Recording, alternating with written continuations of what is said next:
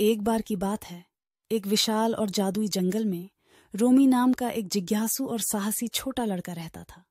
चमकती आंखों और आश्चर्य से भरे दिल के साथ रोमी को हर दिन जंगल की हरी भरी हरियाली का पता लगाना पसंद था। ऊंचे ऊंचे पेड़ों से लेकर कल कल करती जलधाराओं तक जंगल उसका खेल का मैदान था। एक धूप भरी सुबह जब रोमी अपनी खोज पर निकला तो उसने एक झाड़ी के पीछे सरसराहट की आवाज सुनी। जिज्ञासा उस पर हावी हो गई और वह सावधानी से उसके पास पहुंचा। उसकी खुशी के लिए उसे टिल्ली नाम का एक रोएंदार बच्चा बाघ शावक मिला। टिल्ली अपना रास्ता भटक गई थी और उसे डर लग रहा था। रोमी धीरे से टिल्ली के पास पहुंची और उसे शांत करने के लिए धीरे से बोली। उस क्षण से रोमी और टिल्ली सबसे अच्छे दोस्त बन गए। जैसे ही रोमी और टिल्ली ने एक साथ जंगल की खोज की, उन्हें कई अन्य प्राणियों का सामना करना पड़ा।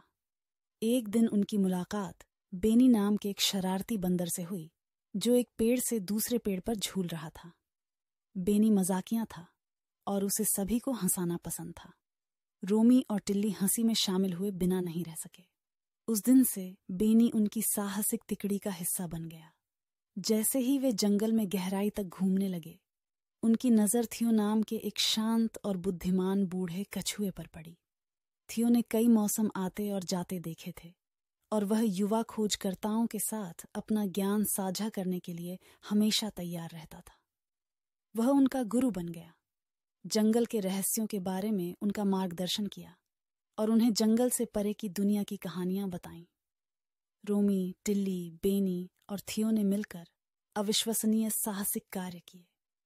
उन्होंने छिपी हुई गुफाओं की खोज की, लताओं को झूले के रूप में इस्तेमाल करके गरजती हुई नदियों को पार किया और आकर्षक रहस्यों से भरे प्राचीन खंडहर पाए। एक दिन अपनी यात्रा के दौरान उनका सामना पोली नाम के एक मिलनसार तोते से हुआ, जो खो गया था और उसे अपना रंगीन झुंड नहीं मिला। रोमी और उसके दोस्तों ने तुरंत उसे अपने संरक्षण में ले लिया और उसे उसके परिवार से मिलाने में मदद करने का वादा किया। दिन बीतते गए और उनका बंधन मजबूत होता गया। रोमी को जंगल में मिले दोस्तों के लिए आभारी महसूस हुआ। वे सभी अलग अलग थे, लेकिन साथ मिलकर उन्होंने एक असाधारण टीम बनाई। जैसे ही उन्होंने खोजबीन जारी रखी, रोमी और उसके दोस्तों की नजर एली नाम के एक परेशान हाथी पर पड़ी। एली के पैर में कांटा चुभ गया था और इससे उसे काफी दर्द हो रहा था। दयालु होने के कारण रोमी ने थियो के मार्गदर्शन से सावधानीपूर्वक कांटा हटा दिया। एली को राहत मिली और वह आभारी थी और वह खुशी खुशी समूह में शामिल हो गई, उनकी सौम्य विशाल साथी बन गई। रोमी की जानवरों से दोस्ती की बात पूरे जंगल में फैल गई। अन्य प्राणी भी साहसी लोगों के समूह में शामिल होना चाहते थे।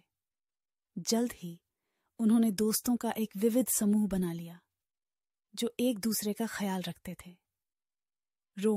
रोमी के माता पिता ने उस खुशी और ज्ञान को देखा जो उनके युवा खोजकर्ता ने जंगल के जानवरों के साथ अपनी दोस्ती के माध्यम से प्राप्त किया था। उन्हें एहसास हुआ कि जंगल रोमी का दूसरा घर बन गया था और पशु मित्र उसका परिवार बन गए थे, और इसलिए रोमी के दिन उत्साह, दोस्ती और प्यार से भरे हुए थे। वह जानता था कि अपने भरोसेमंद पशु मित्रों के साथ वह उस जंगल में हमेशा सुरक्षित और खुश रहेगा जिसे वे सभी अपना घर कहते हैं। साथ में वे जंगल में घूमते रहे, इसकी सुंदरता की खोज करते रहे और इसके आश्चर्यों की रक्षा करते रहे।